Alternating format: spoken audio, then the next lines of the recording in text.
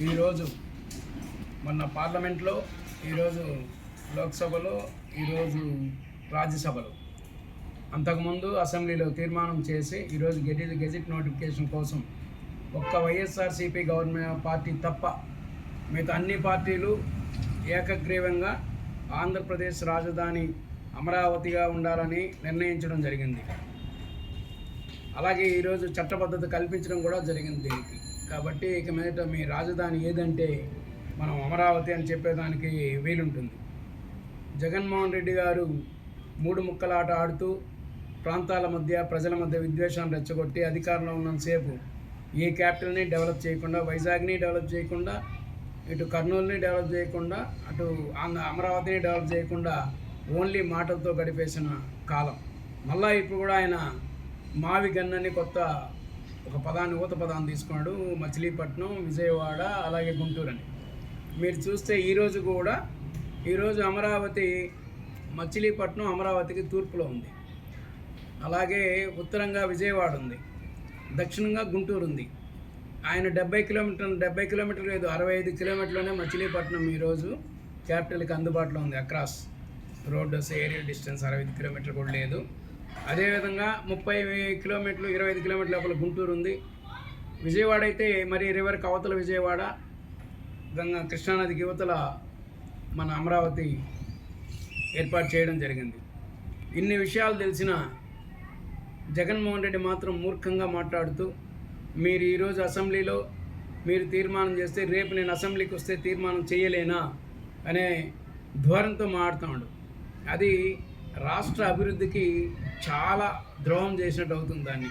అలాగే యువతకు కూడా, విద్యార్థులకు కూడా, అందరికీ ద్రోహం చేసినట్టు అవుతుంది. ఎందుకంటే రాజధాని లేకుండా, రాజధాని ఉంటే ఇప్పుడు హైదరాబాద్ ఉంది కాబట్టి తెలంగాణ ప్రజలు కానీ మనం కానీ అక్కడ ఉద్యోగాలు వెళ్తున్నాం. బెంగళూరు ఉంది కాబట్టి అక్కడికి వెళ్తున్నాం అందరూ.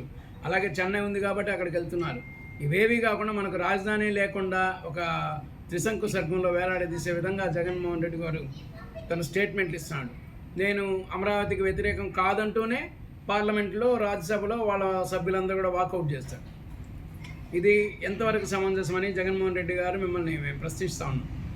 మీరు ఏదైనా త్రికరణ శుద్ధిగా చెప్పండి. మీ వాళ్ళైతే ఒకే స్టాండ్లో ఉండండి. మీరు ఫస్ట్ అసెంబ్లీలో 30,000 ఎకరాలు చాలదు, ఇంకా సేకరించాలి ల్యాండ్ అని మీరు చెప్పారు. ఈరోజు ప్రజలందరూ 33,000 ఎకరాలు చంద్రబాబు నాయుడు గారు నమ్మి ఇస్తే దాంట్లో ఇన్ఫ్రాస్ట్రక్చర్కి గాను ఒక 7,500 ఎకరాలు రోడ్లకి, పార్కులు లాంటి వాటికి వెళితే రిమైనింగ్ ల్యాండ్లో ఒక 20%, ఒక 8,000 ఎకరాలు రైతులకు వెళితే, గవర్నమెంట్ డెవలప్మెంట్ కోసం ఒక 8,000 ఎకరాలు వెళ్తే 8,000 ఎకరాలు మనకు ఆర్థిక మార్గాన్ని చూపెడతా ఉన్నాయి. అంటే గవర్నమెంట్ దగ్గర ఈరోజు 8,000 ఎకరాలు డెవలప్మెంట్ కోసం దాన్ని వర్కౌట్ చేసుకోవడం ఈరోజు మనకు అవకాశం ఉంది. ఈరోజు హైదరాబాద్లో ఒక ఎకరా చూస్తే మీరు మొన్నే 173 కోట్లు ఒక్క ఎకరా పబ్లిక్ యాక్షన్లో తీసుకోవడం జరిగింది. అలా ఆలోచించుకుంటే రాజధానిలో కేవలం 20 కోట్ల ఎకరా అయితే చాలు. 8,000 ఎకరాలు అయితే మీరు ఆలోచించుకోండి, 2 లక్షల కోట్లు అక్కడే జనరేట్ అవుతుంది.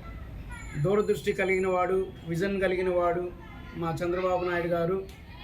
దాన్ని అన్నీ చేయగలిగి సమీకరించి తండ్రి అన్నవాడు ఎలా చేయాలో అలాగే కుటుంబాన్ని నెట్టడానికి అనేక ఆలోచనలతో, అనేక పథకాలతో సిద్ధమైన నాయకుడు మా చంద్రబాబు నాయుడు గారు. 2 లక్షల డబ్బులు యాడ్ నుండి తెస్తాం, 2 లక్షల కోట్లు యాడ్ నుండి తెస్తామని నువ్వు, ఆ సజ్జల రామకృష్ణారెడ్డి మీరందరూ మాట్లాడి అలసిపోయినారు. మీరు వెయిట్ చేసి చూడండి, 2 లక్షల కోట్లు ఏ విధంగా వస్తుందో, అమరావతి ఏ విధంగా డెవలప్ అవుతుందో మీరందరూ చూడాలని ఈ సందర్భంగా కోరుకుంటున్నాను. ఇది చారిత్రాత్మకంగా మనకు చాలా గొప్ప రోజు. అలాగే ఈరోజు జగన్మోహన్ రెడ్డి గారు ప్రతి విషయంలో కూడా బాడీ షేమింగ్లో అయితేనేమి, ఆయన ముఖార విందాన్ని చూసి పెట్టుబడిదారులు ఎవరు రాను, నీ ముఖార విందాన్ని చూసి రావచ్చు కదా, ఎవరు రాలేదు కదా. ఈరోజైతే వచ్చినారు. మీ ముఖార విందాన్ని చూసి కూడా ఎవరు రాలేదు కదా. ఇట్లా పర్సనల్గా, వ్యక్తిగతంగా మనుషుల్ని దూషించడము, అషేమ్ చేయడం అనేది కూడా కరెక్ట్ కాదు. జగన్మోహన్ రెడ్డి గారు, మీకు కూడా వయసు వస్తుంది. మీరు మొన్నటిదాకా మీరు యువకుడు అనుకుంటాను, ఈరోజు మీరు 50 దాటేశారు. మీరు కూడా ఇంకా 10 ఏళ్ళు 20 ఏళ్ళు పోతే మీరు కూడా 60 దాటుతారు.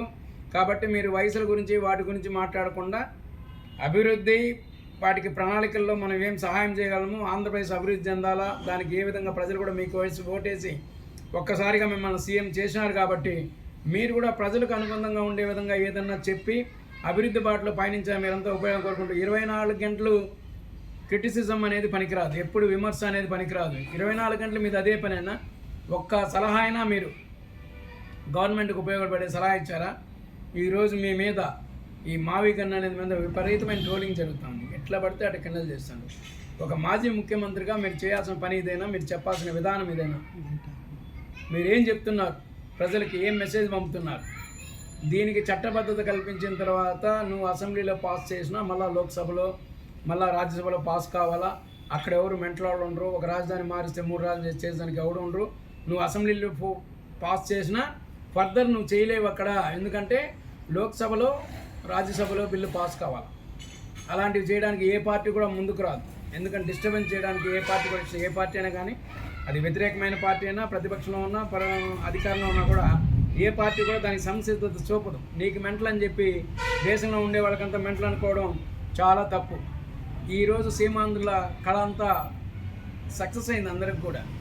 ఈరోజు యువత అంతా ఒక మార్గ నిర్దేశం జరిగింది. ఈరోజు ఎక్కడికి వెళ్ళాలా, మనం ఎలా ఉండాలని ఇది జరుగుతూ ఉంది. మన వాళ్ళందరూ కూడా ఇక దాంట్లో డెవలప్లో షేర్ చేసుకుంటే ఆంధ్రప్రదేశ్ మొత్తం షేర్ చేసుకుంటుంది. అలాగే కర్నూలులో కూడా సుప్రీంకోర్టు డెసిషన్ తీసుకొని ఆడ బెంచ్ ఇవ్వడం కూడా జరుగుతుంది, హైకోర్టు బెంచ్ ఇవ్వడం కూడా జరుగుతుంది. మీరు చూస్తే తిరుపతికి ఏ విధంగా ఈరోజు డెవలప్మెంట్స్ వచ్చాయో మీరు చూశారు. అలాగే అనకాపల్లిలో మొన్న స్టీల్ ప్లాంట్ వచ్చింది కదా, ఇవన్నీ చూస్తున్నారు. ఇవన్నీ అభివృద్ధికి నిదర్శనాలు. చంద్రబాబు నాయుడు గారి దూరదృష్టికి, ఆలోచనకి, ఆయన పట్టుదల. ఈ ఏజ్లో కూడా ఆయన పట్టుదలకు అన్నీ సాధిస్తున్నాడు. ఒక రాష్ట్రానికి ఒక మార్గాన్ని నిర్దేశిస్తున్నాడు. కాబట్టి అవాకులు చవాకులు పేలకండి. జగన్మోహన్ రెడ్డి గారు అలాగే వైఎస్ జనాభా అందరూ కూడా మీరు అవాకులు చవాకులు పేలకండి. వీలైతే అభివృద్ధికి సహకరించండి. లేదైతే మీకు ప్రజలు ఓటు వేసినప్పుడు మీరు ఆలోచించండి. మీకు ప్రజలు ఎట్టి పరిస్థితిలో ఓటేసే పరిస్థితి లేదు. మీరు అధికారంలోకి వచ్చే ప్రసక్తి కూడా లేదు. ప్రజలు ఎవరు కూడా మిమ్మల్ని విశ్వసించడం లేదు. మీతో జర్నీ చేయడానికి కూడా ఎవరు ఇష్టపడడం లేదు. కాబట్టి మీరు పగటి కళలు కనకుండా రాష్ట్ర అభివృద్ధికి తోడ్పడాలని ఈ ప్రెస్ మీట్ సందర్భంగా అందరిని కోరుకుంటున్నా. జై హింద్, జై తెలుగుదేశం, జై చంద్రబాబు నాయుడు, జై నారా లోకేష్. Thank you. అలాగే పవన్ కళ్యాణ్ గారికి